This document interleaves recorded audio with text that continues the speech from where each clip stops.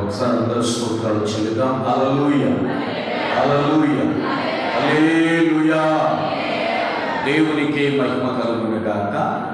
మంచిది ప్రియ దేవుని పిల్లలను మరొకసారి ప్రభువుని స్తుతిస్తూ ప్రభువుని కనపరుస్తూ ఈ ప్రార్థనకు ఇచ్చేసినటువంటి మీకు అందరికీ ప్రభు పక్షాన తెలియజేస్తున్నాము. దేవుని సన్నిధిలో అందరూ ప్రార్థించారు. చక్కగా అవకాశం ఇస్తే మీరందరూ కూడా గంట సేపు చేయగలరు. అవునా కాదు? అంటే అంత ప్రార్థన ఆత్మ దేవుని స్తోత్రం. ఏ ఆత్మ ఉంది? ప్రార్థన ఆత్మ వేరుగా ఉంటుంది. ఒక ప్రతి మనిషిలో ప్రార్థన ఆత్మ ఉంటుంది. ఆ ఆత్మ దేవుడు మనకి ఇస్తాడంట. ఎవరు ఇస్తారు? దేవుడు ఇస్తాడు. కొంతమంది చూడండి, 2-3 మాటల కంటే ప్రార్థన నడపగలరా? లేదు. కానీ యెరూషలేము సంఘానికి దేవుడు ఇచ్చిన ప్రొపేట్ చెప్పండి, గంటల తరబడి ప్రార్థన ఆత్మ ఉంటేనే చేయగలం. ఏ ఆత్మ చెప్పాలి? ఏ ఆత్మ? ప్రార్థన ఆత్మ ఉంటేనే చేయగలం. యేసయ్యకి మహిమ కలుగును గాక. అందరూ ప్రార్థించారు, చాలా సంతోషం. మరి శుక్రవారం ఎంతమంది వచ్చారు? ఇంకా అందరూ రావాలని సంఘంలో ప్రార్థించండి. ఇంకా అందరూ రావాలి. ప్రతి ఒక్కళ్ళు వచ్చి దేవుని సన్నిధిలో కనీసం 5 నిమిషాలైనా మోకరించి ప్రార్థించాలని, అందరూ రావాలని మనం ప్రార్థన చేద్దాం. ప్రియమైన దేవుని మంచిది. ఎట్లా ఉన్నారు గత వారం అంతా? అయ్యా, ఎట్లా ఉన్నారు గత వారం అంతా? అందరూ క్షేమంగా ఉన్నారా? అందరూ సంతోషంగా ఉన్నారా? ఒకసారి స్తోత్రం చెబుదాం. సంతోషంగా ఉన్న వాళ్ళందరూ చేతులు ఎత్తి స్తోత్రం చెప్పండి. సంతోషిస్తూ చెప్పండి. దేవుని కనపరుస్తూ చెప్పండి. దేవుని మహిమపరుస్తూ చెప్పండి. దేవునికి మహిమ కలుగును గాక. మరి మీ అందరి కొరకు అనుదినం లేచి తెల్లవారుజామున ప్రార్థిస్తున్నాను. అనుదినం దేవుని సన్నిధిలో మీరందరి కొరకు, ప్రతి కుటుంబాల కొరకు, మరి ఎంతమంది పేర్లు చెప్పారో వాళ్ళందరి కొరకు నేను ప్రార్థనలో జ్ఞాపకం చేసుకుంటూ ప్రతిరోజు రాయబడిన బుక్లో రాయబడిన అంశాల కొరకు ప్రార్థిస్తున్నాను. మీ నిమిత్తమే కాదు, ఈ ఫోన్ల ద్వారా ఎంతమంది ప్రార్థించమని కోరుతున్నారో వాళ్ళందరి కొరకు మనం ఏం చేస్తామో ప్రార్థన చేస్తున్నాం. దేవునికి మహిమ కలుగును గాక. మంచిది. మీరు కూడా నా కొరకు ఏం చేస్తున్నారు? ప్రార్థన చేస్తున్నారు, వింటున్నాము. అనుదినము మీరు దైవ సేవకుడి కొరకు, కుటుంబం కొరకు, పరిచర్య కొరకు, సంఘం కొరకు, అనేకుల కొరకు ప్రార్థిస్తున్నారు. మన ప్రార్థనలన్నీ దేవుడు ఆలకించును గాక. ఎందుకు తెలుసా? ఒకరికి ఒకడు ప్రార్థన చేసుకోవాలి, అంతే కదమ్మా. ఒకరి కోసం ఇంకొకడు. అంటే నీవు ఇతరుల కోసం ప్రార్థించినప్పుడు నీ ప్రార్థన ఆలకిస్తాడు. ఇంకో సహోదరి నీ కోసం చేసినప్పుడు ఆమె ప్రార్థన, అంటే ఒకరి కోసం ఒకరు. ఏమంటే ఎవరు ప్రార్థన వాళ్ళు చేసుకోవచ్చు, కానీ దేవుడు ఏమన్నాడు? ఒకరి కొరకు ఒకడు ప్రార్థించండి. అంటే నీవు ఇతరుల కోసం చేయటం వలన అతని వ్యక్తిని దేవుడు స్వస్థపరుస్తాడు. ఆమె నీ కోసం చేస్తే నిన్ను దేవుడు స్వస్థపరుస్తాడు. చూడండి, ఒకరి మీద ఒకరికి ప్రార్థన చేసేటువంటి ఆ శక్తిని దేవుడు మనకి ఇచ్చాడు. దేవునికి మహిమ కలుగును గాక. మంచి ప్రియ దేవుని పిల్లలారా, పోయిన శుక్రవారం వాక్యం గుర్తుందా? ఏం చదువుకున్నాం అమ్మా?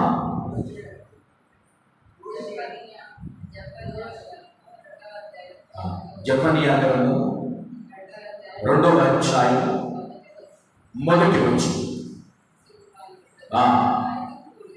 అది అందులో ఏముంది?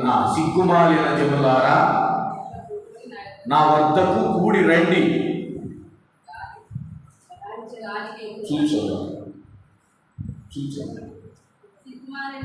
సిగ్గుమాలిన జనులారా కూడి రండి. పొట్టు గాలికి ఎగురునట్లు సమయము గతించుచున్నది. విధి నిర్ణయం కాకమునుపే యెహోవా కోపాగ్ని మీ మీదకి రాకమునుపే మిమ్ములను శిక్షించుటకై యెహోవా ఉగ్రత దినము రాకమునుపే నువ్వే కూడి రండి. దేవుని స్తోత్రం చెప్పండి. హల్లెలూయా, హల్లెలూయా. దేవునికి మహిమ కలుగునుగా. పోయిన శుక్రవారం మనం ఏం చదువుకున్నాం అమ్మా? దేవుని సన్నిధికి రండి, మనం బ్రతుకుతాం. ఎక్కడ? ఆయన సన్నిధి ఏం చేస్తుందో తెలుసా? మనల్ని బ్రతికిస్తుంది. ఒకవేళ మనం రోగి అయితే ఆయన సన్నిధి మనల్ని స్వస్థపరుస్తుంది, అవునా కాదు? ఒకవేళ మనం శ్రమలో ఉంటే ఆ సన్నిధి విడుదల కలగజేస్తుంది. అది పోయిన వారం మనం చదువుకున్నాం. దేవుని సన్నిధికి రండి, మీ పాపాలు క్షమించబడతాయని మనం చదువుకున్నాం, అవునా కాదు? దేవునికి మహిమ కలుగును గాక. ఈ వారం మార్కు సువార్త 9వ అధ్యాయం చూడండి. బైబిల్ సువార్తలో మార్కు సువార్త 9వ అధ్యాయము పేజీ నంబర్ 39వ నంబర్, కొత్త నిబంధనలో 39వ నంబర్ పేజీ. మార్కు సువార్త 9వ అధ్యాయము 9వ అధ్యాయము చూడండి. మార్కు సువార్త 9వ అధ్యాయము తీశారందరూ.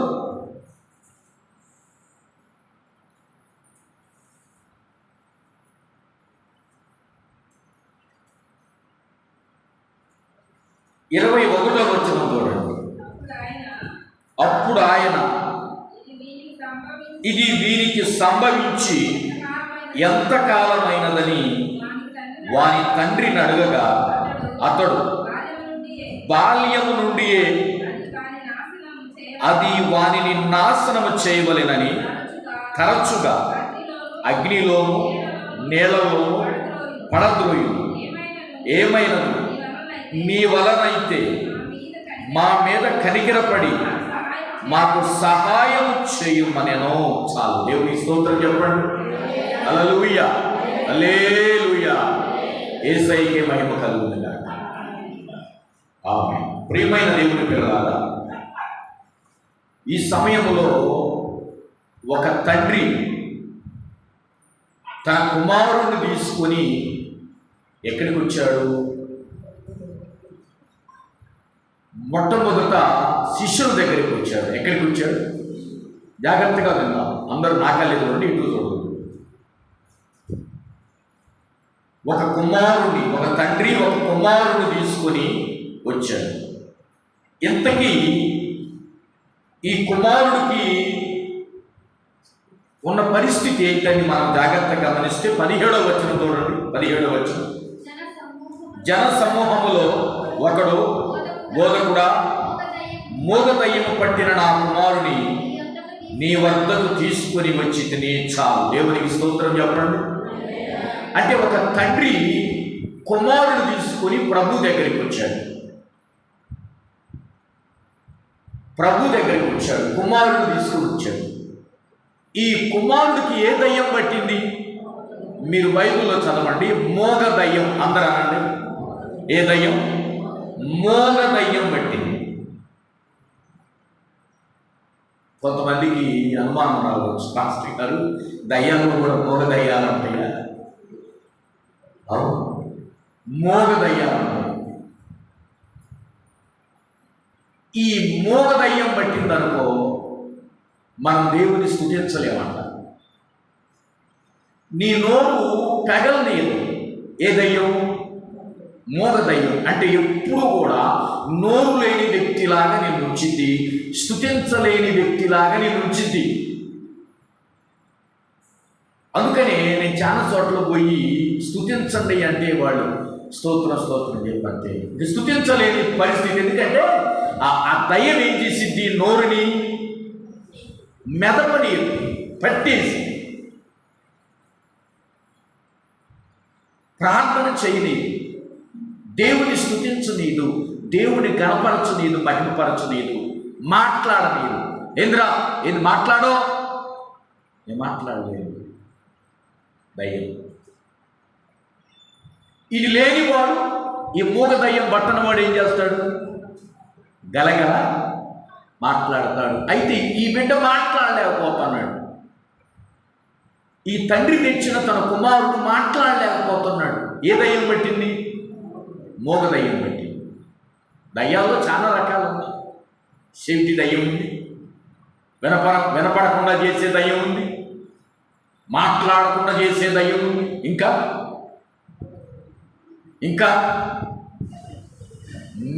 నిద్రపుచ్చే దయ్యం ఉంది. మరలా అది కూడా ఒక దయ్యమే.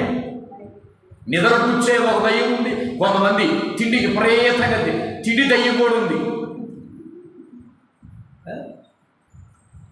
ఇంకో దయ్యం ఉంది, తినకుండా చేసే దయ్యం ఉంది. వాడు తినగా ఒక్కరిగా నడిచే దయ్యం ఉంది. ఇక చెప్పుకుంటా పోతే అన్నీ అవును. ఏ బలహీనత అయినా దాని నుంచి రావాల్సిందే. ఎందుకనంటే సాతాను ఉద్దేశం ఏంటో తెలుసా? సాతాను ఉద్దేశం ఏంటి? జాగ్రత్తగా మనం గమనిస్తే ఇక్కడ సాతాను ఉద్దేశం ఏంటంటే దేవుని సన్నిధిలో 22వ వచనం చూడండి. సాతాను ఉద్దేశం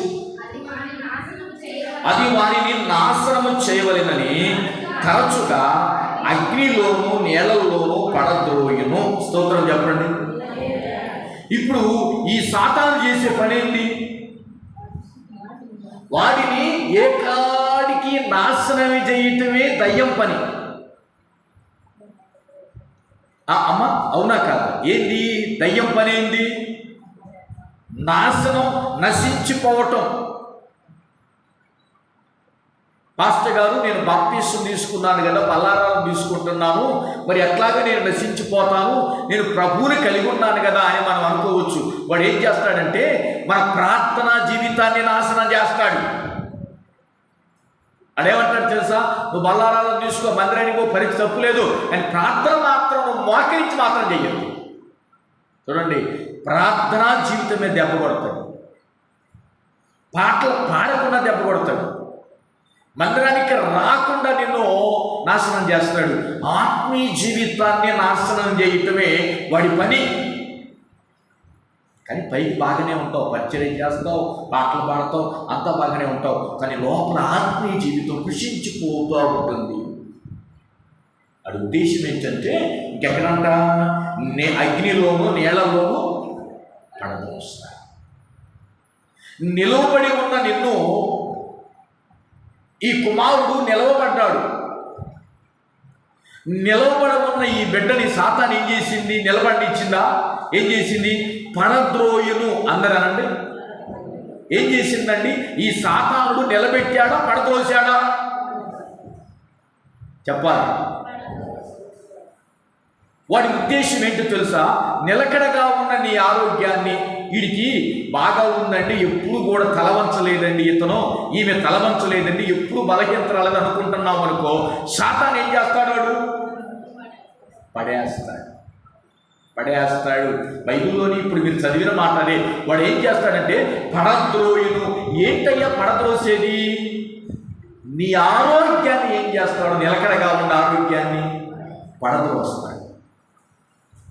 నీ ప్రార్థనా జీవితాన్ని పడద్రోస్తాడు. నీ సేవా జీవితాన్ని పడద్రోస్తాడు. నీ వ్యక్తిగత జీవితాన్ని పడద్రోస్తాడు. నీ స్వార్థ పరిచర్యని దాంట్లో నుంచి పడేస్తాడు. వాడు మనల్నే కాదు, ఆ చరిత్రలో ఎంతమందిని పడేశాడు, పడద్రోశాడు? చెప్పండి, ఎంతమందిని పడద్రోశాడు? 7 సార్లు దేవుణ్ణి ధర్మశాస్త్రాన్ని చదివి 3 సార్లు ప్రార్థన చేసే వ్యక్తిని ఏం చేశాడు? వాడు పడద్రోశాడు. జ్ఞానపు ఆత్మ కలిగినటువంటి సొలొమోను సాతాను ఏం చేశాడు? పడద్రోశాడు. ఇటువంటి బలవంతుడు లేడు. 3000 మందిని గాడిద దవడ ఎముకతో చంపిన సంసోను ఏం చేశాడు? పడద్రోశాడు. అది ఉద్దేశం ఏంటండి? కట్టటమా, పడద్రోయటమా? పడద్రోశాడు. పడద్రోయటమే సాతాను పని. ఈ బిడ్డను పడద్రోశాడు. ఈరోజు ఈ వాక్యం వింటున్న వారిలో, ప్రార్థనకు వచ్చిన వారిలో సాతాను పడద్రోసినట్లయితే దేవుడు ఏం చేస్తాడు చెప్పండి? పడద్రోయబడిన దానిని దేవుడు ఏం చేస్తాడు? లేవనెత్తునుగాక. అప్పుడు ఆ తండ్రి అడిగాడు, అయ్యా ఈ బిడ్డ పడద్రోయబడుతున్నాడు, నిలబడలేకపోతున్నాడయ్యా, ఈ బిడ్డకి నీవేమన్నా సహాయం చేయగలవా తండ్రి? ఈ బిడ్డను నువ్వు నిలబెడతామని నీ దగ్గర తీసుకొచ్చానయ్యా, నాకు సహాయం చేయమని ఆ తండ్రి 2 చేతులు జోడించి ప్రభువుని అడిగాడంట. దేవుని స్తోత్రం చెప్పండి. ప్రతి మానవుడు ఎవరిని అడగాలి? 2 చేతులు జోడించి ప్రతి మోకాలు నా ఎదుట ఉండాలి, ప్రతి నాలుక దేవుని సహాయం అడగాలి. మనం ఇందా పాట పాడాం, నమ్మదగిన వాడు సహాయుడవు నీవయ్యా. కీర్తన 121లో కొండల తట్టు నా కన్నులెత్తుచున్నాను, నాకు సహాయము ఎక్కడి నుండి వచ్చునో. ఇప్పుడు ఆయనకు సహాయం కావాలి. దావీదు గారికి ఏం కావాలి? దావీదు గారు ఎక్కడున్నాడు? ఆపదల్లో ఉన్నాడు, బాధల్లో ఉన్నాడు, శ్రమలో ఉన్నాడు. ఆయనకి సహాయం కావాలి. ఆయనకు కావలసినట్టుగానే ఈరోజు మనందరికీ ఏం కావాలో చెప్పాలి. మనందరికీ ఏం కావాలండి? సహాయం అవసరం. ఇక్కడికి ఎందుకు వచ్చాం మనం? ప్రభు సహాయం చేస్తాడేమో, ప్రభు కార్యం చేస్తాడేమో, ప్రభు మన ప్రార్థన వింటాడేమో, ప్రభు మనం నిలబెడతాడేమో అనేటువంటి ఉద్దేశంతో ఈ స్థలానికి మనం అందరం వచ్చాం. దేవునికి మహిమ కలుగునుగాక. మనం అందరం ఆయన సహాయం కోసం చూడవలసిన వారమే. ఏమడిగాడు ఈ తండ్రి? అయ్యా నా బిడ్డ పక్షాన్ని అడుగుతున్నానయ్యా, నా బిడ్డ గురించి అడుగుతున్నానయ్యా, నా బిడ్డను ముట్టయ్యా, నా బిడ్డను బాగు చేయి, లేవనెత్తుమని ఆ తండ్రి ఎంత దీనంగా ప్రార్థిస్తున్నాడో. యేసయ్యకి మహిమ కలుగునుగాక. అప్పుడు ప్రభు ఏమన్నాడు తెలుసా అమ్మా? ఏమన్నాడు ప్రభు? 23వ వచనం. అందుకు యేసు, నమ్ముట నీ వలనైతే నమ్మువానికి సమస్తము సాధ్యమే అని అతనితో చెప్పెను. వెంటనే ఆ చిన్నవాని తండ్రి, నమ్ముచున్నాము, నాకు అపనమ్మకం ఉండకుండా సహాయం చేయమని బిగ్గరగా ఒకసారి స్తోత్రం చెప్పండి, గట్టిగా స్తోత్రం చెప్పండి. దేవునికి మహిమ కలుగునుగాక. అప్పుడు యేసుక్రీస్తు వారు ఏమన్నారు? అయ్యా నమ్ముట నీ వంతైతే నమ్మువానికి అని చెప్పారు. ఏమన్నాడు యేసుక్రీస్తు? ఎవడి వెంటనే స్వస్థపరిచాడా? స్వస్థపరచలా. స్వస్థపరిచే ముందు ఆ తండ్రిలో ఏం కలిగించాడు చెప్పాలి. అందరూ స్వరం మేము చెప్పాలి. స్వస్థపరిచే ముందు, తన బిడ్డను ముట్టే ముందు తండ్రిలో ఏం కలిగించాడు? ఒక నమ్మకాన్ని కలిగించాడు. ఏమన్నాడు? నమ్ముట నీ వంతైతే. ఇప్పుడు తండ్రి వంతు ఏంటి? వంతు అంటే ఏందో చెప్పండి. వంతు అంటే ఏంటి? భాగం. నా వంతు మా అమ్మగారి నుంచి నా వంతు కూడా వచ్చింది అయ్యా, నా వంతు కూడా వచ్చింది. అమ్మ ఆడపిల్లలు ఏమన్నారు? ఆడపిల్లలు, మీరు ఆడపిల్లలు కదా, ఏమంటారండి? పుట్టింటి నుంచి ఏమొచ్చింది? మా బంగారము, లేకపోతే వెండో, లేకపోతే పొలాలు, ఏదో కష్టంలో ఉన్న భాగము కొద్దో గొప్ప వచ్చింది కదా. నా వంతు నాకివ్వండి. కుమారులు నా వంతు నాకివ్వండి, కుమార్తెలు నా వంతు నాకివ్వండి. వంతు అంటే భాగం. దేవుడు ఏమన్నాడు తెలుసా? నీ వంతు నువ్వు చేయగలిగితే. ఈయన వంతు ఏంది? ఇప్పుడు కుమారుడు యొక్క తండ్రి వంతు ఏంది? నమ్మటం. అందరూ అనండి, గట్టిగా అనండి ఈ మాటకి స్తోత్రం చెప్పండి. నమ్మకం లేకుండా చేశాడా స్వస్థత? నమ్మకం లేకుండా స్వస్థత చేశాడా? చేయలా. నమ్మాడు. ఈ తండ్రితో ఏమన్నట్టు తెలుసా? నీవు నమ్మగలిగితే సమస్తము సాధ్యమవుతుంది. నమ్మకం కలిగి ఉండు. నేను చేస్తానన్న విశ్వాసం కలిగి ఉండు. నువ్వు ఎవరి దగ్గరికి వచ్చావో ఆ దేవుని మీద నమ్మకం కలిగి ఉండు. హెబ్రీ పత్రిక 11:6 చదవడం ఒకసారి. హెబ్రీ పత్రిక 11:6 ఒక మాట ఉంటుంది. హెబ్రీ పత్రిక 11:6 ఒక మాట ఉంటుంది. అక్కడ బైబిల్లో రాయబడిన మాట హెబ్రీ పత్రిక 11:6 ఏమన్నాడు? విశ్వాసము లేకుండా దేవునికి ఇష్టుడై ఉండుట అసాధ్యము. దేవుని వద్దకు వచ్చువాడు ఆయన ఉన్నాడనియు తన్ను వెతుకువారికి ఫలము దయచేయవాడనియు నమ్మవలెను కదా. స్తోత్రం చెప్పండి. హల్లెలూయా. అమ్మా, విశ్వాసం లేకుండా దేవునికి ఇష్టుడై ఉండుట, దేవుని వద్దకు వచ్చువాడు ఆయన ఉన్నాడని తను వెతుకు వారికి ఫలం ఇస్తాడని నమ్మవలెను కదా.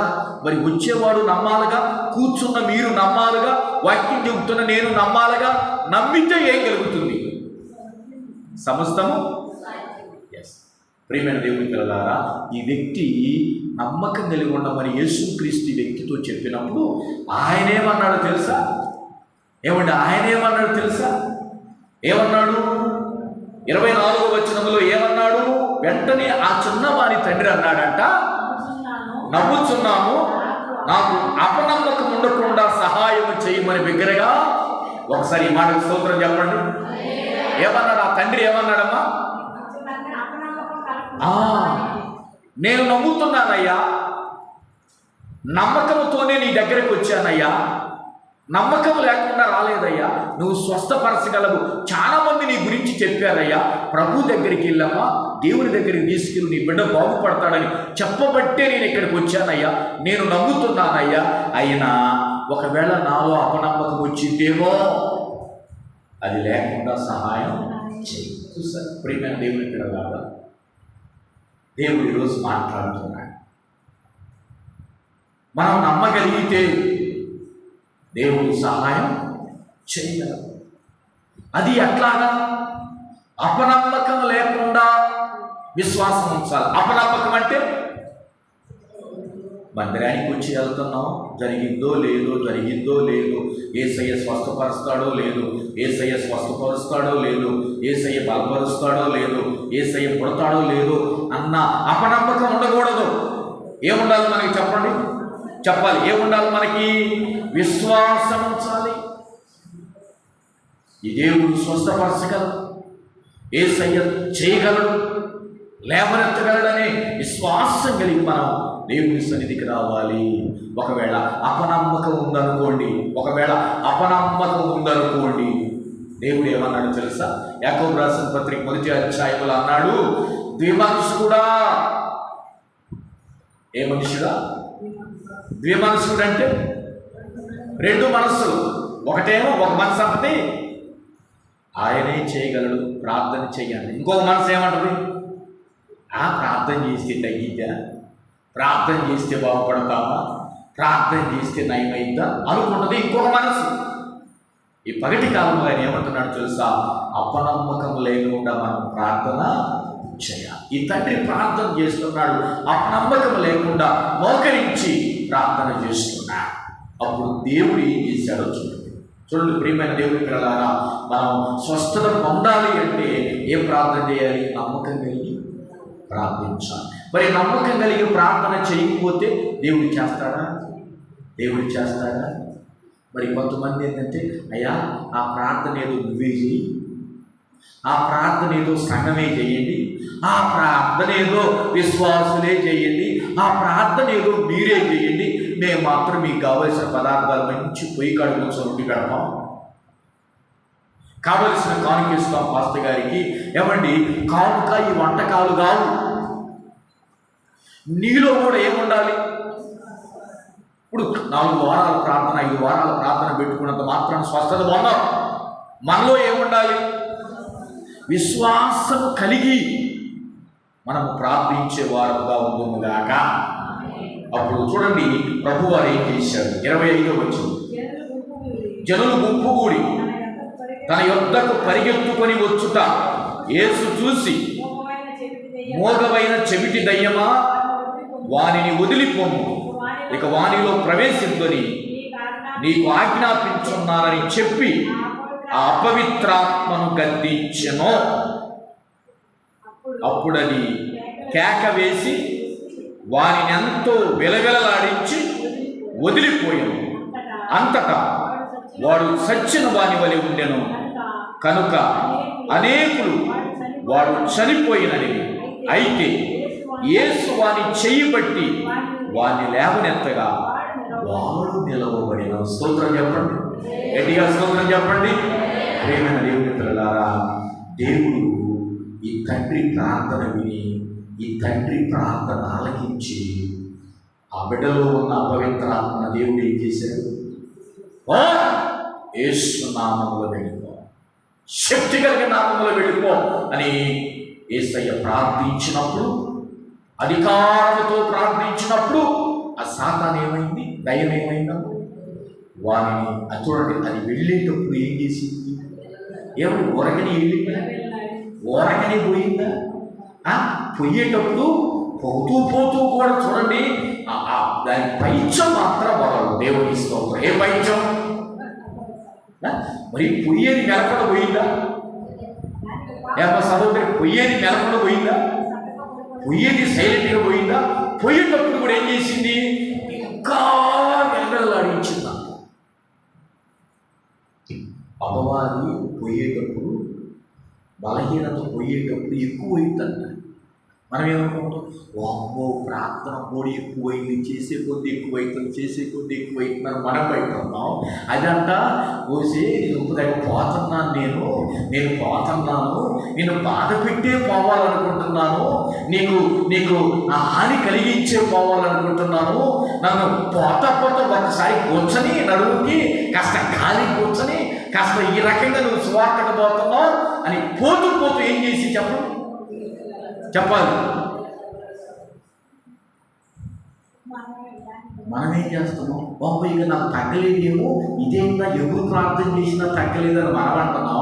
అది పోతూ మనిషి ఏం చేస్తుంది? ఏమో స్తోత్రం చెప్పండి, గడిగా స్తోత్రం చెప్పండి. లేదు, అది విలపించి విలలాడించి వెళ్ళిపోగానే వాడు ఎట్లాగా పడ్డాడు? సచిన్ వాడి వల్ల పడ్డాడు. అందరూ ఏమనుకున్నారు? వీడేంది ఏసయ్య ఎట్లా అని. ఓ పాస్టర్ గారు, అది ఎక్కడో జరిగిందండి. ఓ పాస్టర్ గారు 90 ఏళ్ళ అవసరం ఆయన దగ్గరికి ఇచ్చారు. 90 ఏళ్ళ అవసరం ఆయన దగ్గరికి ఇచ్చారు. త్యాగాన్ని పాస్టర్ గారు ఏం చేశాడు అంటే, కాస్త యవన వయసులో ఉన్న పాస్టర్ గారు కదా ఆదేశం కదా, ఏమండి ఆ ముసలమ్మను కొట్టుకొని అంటే ఏమన్నాడు? ఏసునామములో పో అన్నాడు. ఎంత ఊపి ప్రార్థన చేయగల ఉన్న ఊపిరి ఏమైంది చెప్పాలి. అంటే యవనస్తులు కదండి, యవన పాస్టర్లు కాస్త ఆవేశం కలిగిన వాళ్ళు ఏం చేస్తారంటే, అంటే దయ్యం పోవాలని ప్రార్థన చేసింది పాస్టర్ గారు, ఆ ఊపిరి పోవాలని కాదని చేసింది ఆయన. ఏం చేశాడు? దయ్యం పోవాలని గట్టిగా తలమేసి పెట్టి ఇట్లా ఆ కొట్టగానే ప్రాణం కూడా ఏమైంది?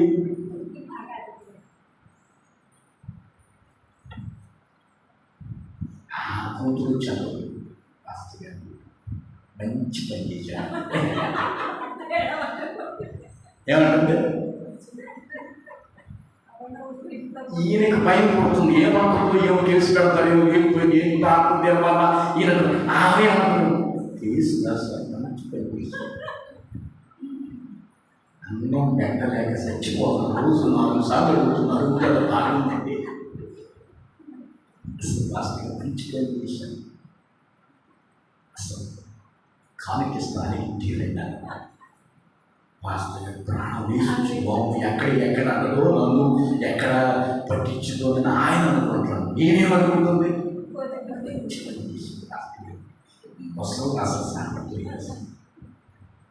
అంటే పాస్టర్ గారి ఉద్దేశం ఏంటంటే, పోవాలి, స్వస్థత పొందాలని ప్రార్థించి యేసుక్రీస్తు వారు గద్దించగానే ఇతను ఏమయ్యాడు? సచ్చిన వాడి వలె. వెంటనే యేసుక్రీస్తు వారు ఏం చేశాడు తెలుసా? వారి చెయ్యి పట్టి, అంటే యేసుక్రీస్తు వారు చెయ్యి ఎవరి చేతిని పట్టుకుంది? పడి ఉన్న వారి చేతిని బట్టి లేవనెత్తుగా వాడు నిలవబడెను. దేవుని స్తోత్రం చెప్పండి. మన దేవుడు ఎలాంటి దేవుడు తెలుసా? అమ్మా నీవు నిలబడలేని స్థితిలో, పాస్టర్ గారు నేను నిలబడలేకపోతున్నాను, పని చేయలేకపోతున్నాను, నిలబడలేకపోతున్నాను అన్న వాళ్ళని దేవుడు ఏం చేస్తాడు? చెప్పాలి గట్టిగా. ఆ మాట ఎంత స్పష్టంగా చెప్పాలో తెలుసా? ఎంత సంతోషంగా చెప్పాలో తెలుసా? ఎంత ఆనందంగా చెప్పాలో తెలుసా? ఏ దేవుడు అండి? నిలవబెట్టే దేవుడు. అందరూ ఏ దేవుడు? నిలవబెట్టే దేవుడు. దేవుడు ఈ పగటి కాలంలో పడిపోయాను అని అనుకోవద్దు. సాతాను కొన్నిసార్లు పడదలుస్తున్నాను. మన దేవుడు ఏ దేవుడు? నువ్వు కనుక ప్రభు సన్నిధిలో మోకరించి ప్రార్థన చేయగలిగితే మళ్ళా దేవుడు ఏం చేస్తాడు? దేవుడి పడటం సహజం. బైబిల్ గ్రంథంలో ఉంది, నీతిమంతుడంట 7 సార్లు పడినను లేవలేకుండా ఉండలేనంట. స్తోత్రం. అంటే నీతిమంతుడు పడటం ఖాయమే, కానీ యెహోవా వారిని లేవనెత్తుతాడు. ఈరోజు ఆర్థికంగా పడిపోయావా? దేవుడు లేవనెత్తుతాడు. ఆరోగ్యపరంగా పడిపోయావా? దేవుడు లేవనెత్తుతాడు. చదువు పరంగా పడిపోయావా? దేవుడు లేవనెత్తుతాడు. పంట పరంగా పడిపోయావా? దేవుడు లేవనెత్తుతాడు. ఏ పరంగా పడిపోయినా ఆయన సన్నిధిలో కనుక మనం ప్రార్థన చేస్తే దేవుడు లేవనెత్తుతాడు. కనుక అట్టి దేవుడిని మనం విడిచిపెట్టకుండా మనం కలిగి ఉండి అనుక్షణము విశ్వాసం కలిగి ఆయన కొరలో ముందుకు సాగుతాం. దేవుడి మాటలు దీవించుగాక. ఆమేన్. హల్లెలూయా, హల్లెలూయా, హల్లెలూయా.